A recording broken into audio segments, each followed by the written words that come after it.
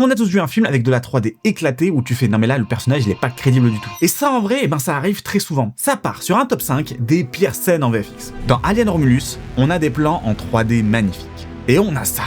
Le remplacement de visage, c'est clairement une technologie qu'on ne maîtrise pas. On aurait clairement pu mettre un automate plutôt que refaire son visage en CGI, ça aurait choqué personne. Et si c'était chaud à gérer la bouche en automate, on aurait pu dire qu'elle était cassée, mais qu'ils arrivent quand même à le connecter à une enceinte Bluetooth pour communiquer avec lui. Le problème, c'est qu'un visage humain, c'est super difficile à reproduire en 3D. Le moindre petit défaut nous saute directement aux yeux. Et encore plus quand c'est dans un plan avec d'autres acteurs réels. Dans Catwoman, bon, déjà, il n'y a rien à sauver dans le film. Mais regardez-moi ces effets spéciaux numériques. Regardez, si je mets un extrait du jeu sur PS2, vous arrivez à faire une différence? Ça manque de texture, de détails et la gravité c'est osé. En vrai, c'est pas grave. C'est pas comme si c'était un gros film et que le réalisateur était un Français spécialiste des effets spéciaux. D'habitude, les James Bond sont des films à la pointe des effets spéciaux numériques. Mais là, on prend les lois de la physique et on en fait un couscous. L'éclairage est aussi approximatif que la définition du consentement par Gérard Depardieu. Même l'incrustation sur fond vert, elle est moche. On parle pas d'un film étudiant là, on parle d'un James Bond. Le film est sorti en 2002 et je pense que personne ne maîtrisait réellement la 3D à cette époque. Après, c'est bien d'avoir de l'ambition. Et dans le deuxième Matrix, il y en avait de l'ambition. Dans le film, on a une super scène de baston.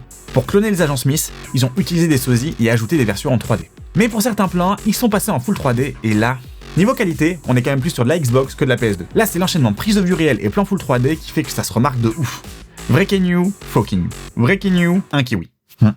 Alors là, pour le coup, la 3D, elle est excellente. Mais c'est la direction artistique qui est dégueulasse. Encore une fois, notre œil y voit que ce sont des humains, mais qu'on essaie de tout faire pour nous faire croire que ce sont des chats. Et puis parfois, la 3D a du mal à suivre les mouvements de l'acteur ou de l'actrice, et ça crée des petits déplacements qui rendent les plans encore plus bizarres. Ce qui est intéressant à comprendre avec tous ces exemples, c'est qu'inconsciemment, votre cerveau, il a l'habitude de voir des humains. On voit des visages et des corps depuis notre enfance. C'est ancré en nous. Donc, dès qu'on aperçoit quelque chose de bizarre à ce niveau-là, ça prend des proportions gigantesques dans notre cerveau.